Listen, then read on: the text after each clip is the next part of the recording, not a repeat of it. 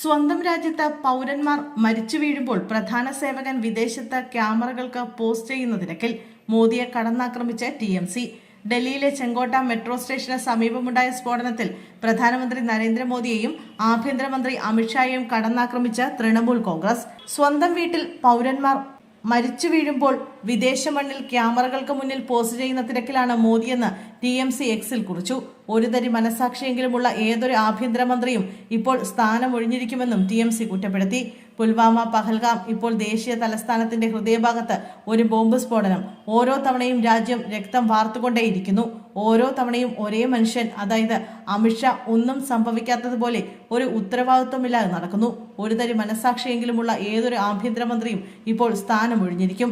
എന്നാൽ പശ്ചാത്താപവും ഉത്തരവാദിത്വവും ഈ ഭരണകൂടത്തിന് അന്യമാണ്. പ്രധാന സേവകനെ സംബന്ധിച്ചിടത്തോളം സ്വന്തം വീട്ടിൽ പൗരന്മാർ മരിച്ചു വീഴുമ്പോൾ വിദേശ മണ്ണിൽ ക്യാമറകൾക്ക് മുന്നിൽ പോസ്റ്റ് ചെയ്യുന്ന തിരക്കിലാണ്.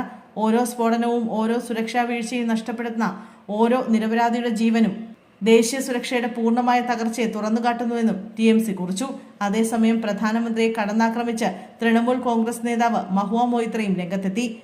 ഇന്ത്യക്ക് ശക്തമായ ഒരു സർക്കാർ ആവശ്യമാണെന്നും തനിക്ക് വേണമെങ്കിൽ തിരികെ പോയി ഒരു ചായക്കട തുറക്കാമെന്നുമുള്ള പ്രധാനമന്ത്രി നരേന്ദ്രമോദിയുടെ പഴയ ട്വീറ്റ് പങ്കുവച്ചുകൊണ്ടാണ് കടുത്ത മറുപടിയുമായി മഹുവ മൊയ്ത്ര രംഗത്തെത്തിയത്.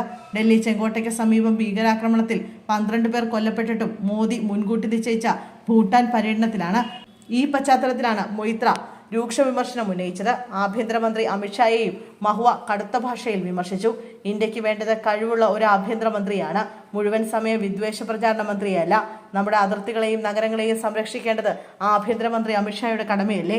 എല്ലാ കാര്യങ്ങളിലും അദ്ദേഹം ഇത്രയധികം പരാജയപ്പെടുന്നത് എന്തുകൊണ്ടാണെന്നും മൊയ്ത്ര ചോദിച്ചു.